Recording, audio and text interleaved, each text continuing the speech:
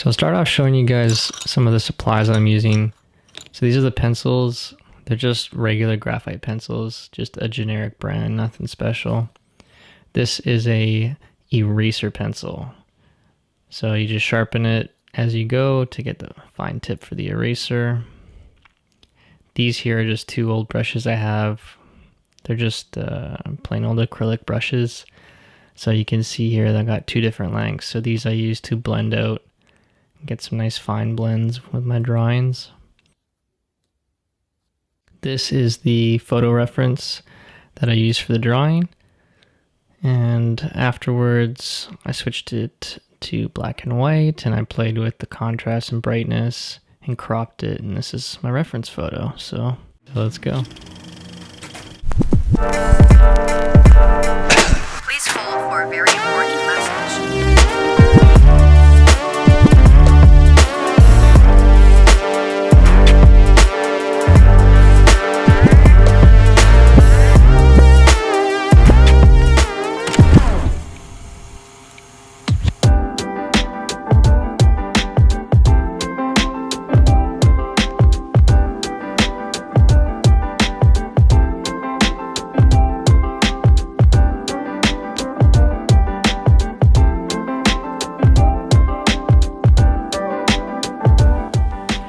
You'll see me bounce around using the B pencils and the H pencils. So for those of you that aren't familiar, for the B just means it's a softer pencil, and the H means it's a harder pencil. So the B's is when you'll get the darker shades. So you'll see people using those and shading more, and the H, the harder ones, are what you'll use for lighter areas.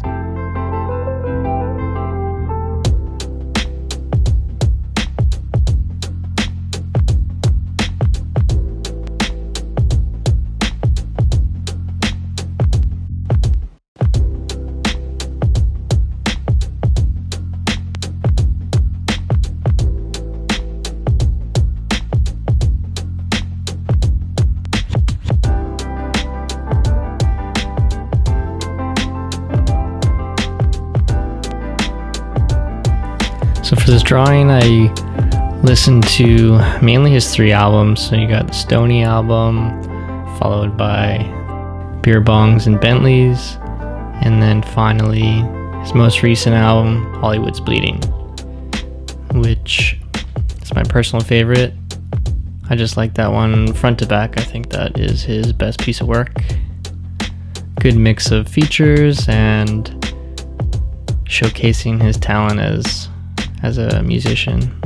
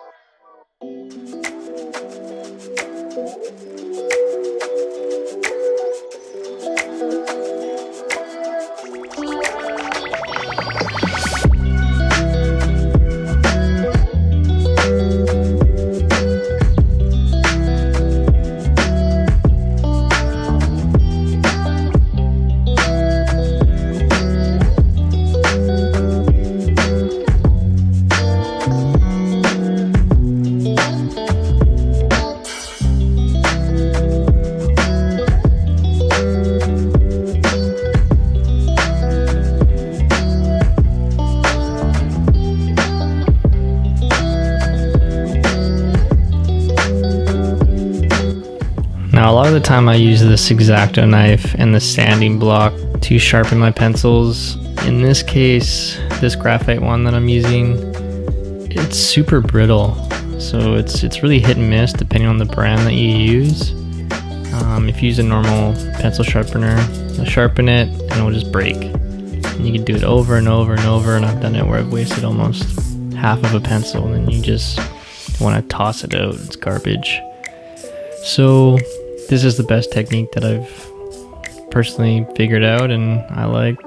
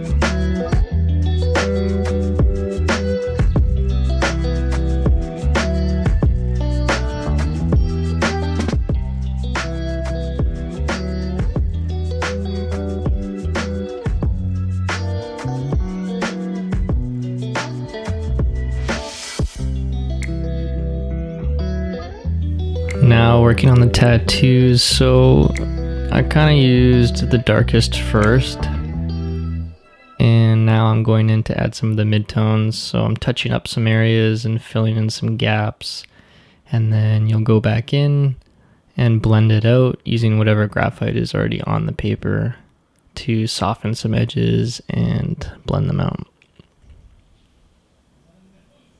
And once that's done, you can go back in afterwards with your kneaded eraser or your eraser pencil and touch up the highlights.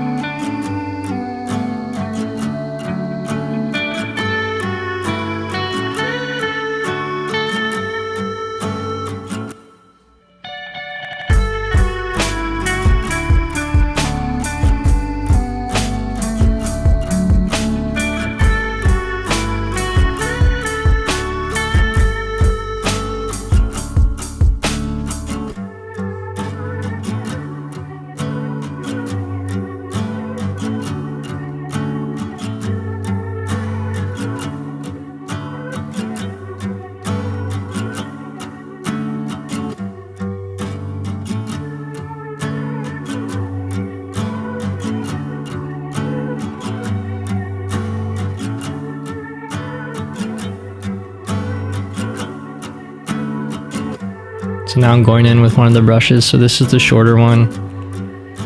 This one I use if I want to get a darker blend.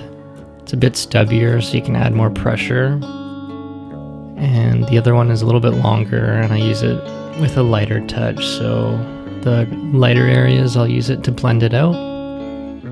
So just a combination back and forth. It's preference too, it's just how I like the look.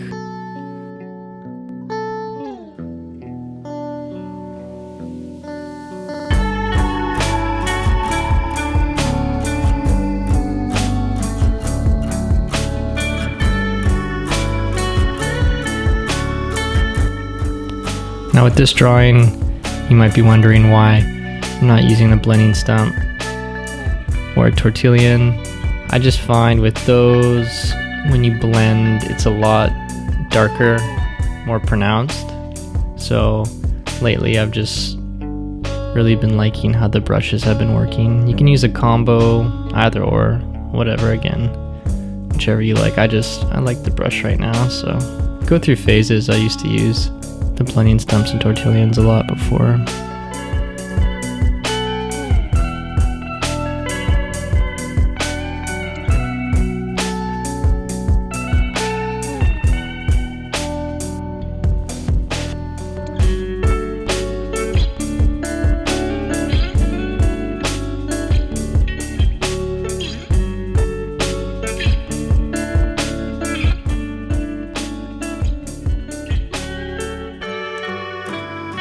So now I'll go in, once I've done most of the blending, I'll go in with the kneaded eraser. So this is good for taking out little highlights. You can kind of dab it and lighten up some spots. So pieces of the hair, it works really nice. Or you can press hard and drag, do a solid strip of a highlight.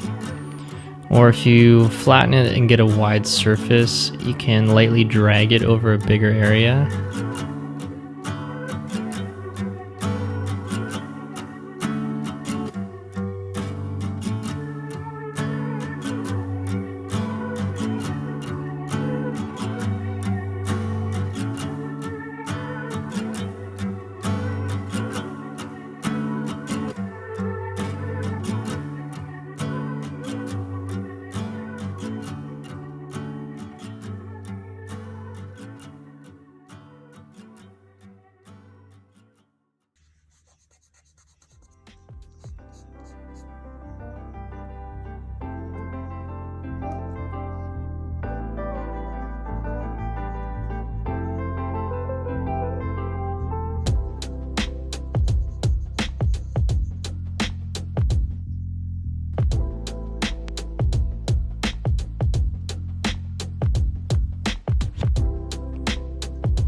Just finishing up the hair now.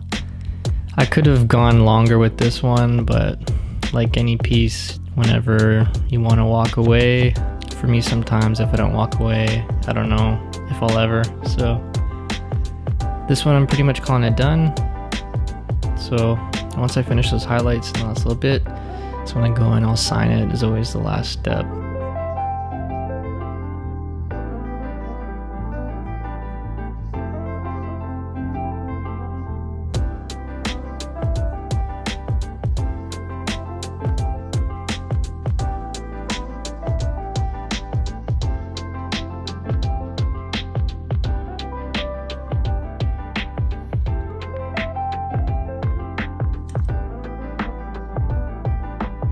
This is it. Hopefully you guys liked it and this video helped you guys out. Maybe it gives you some inspiration to do your own. I just do my signature at the bottom and I always do the year the piece was done. Keep at it and I'll see you next time.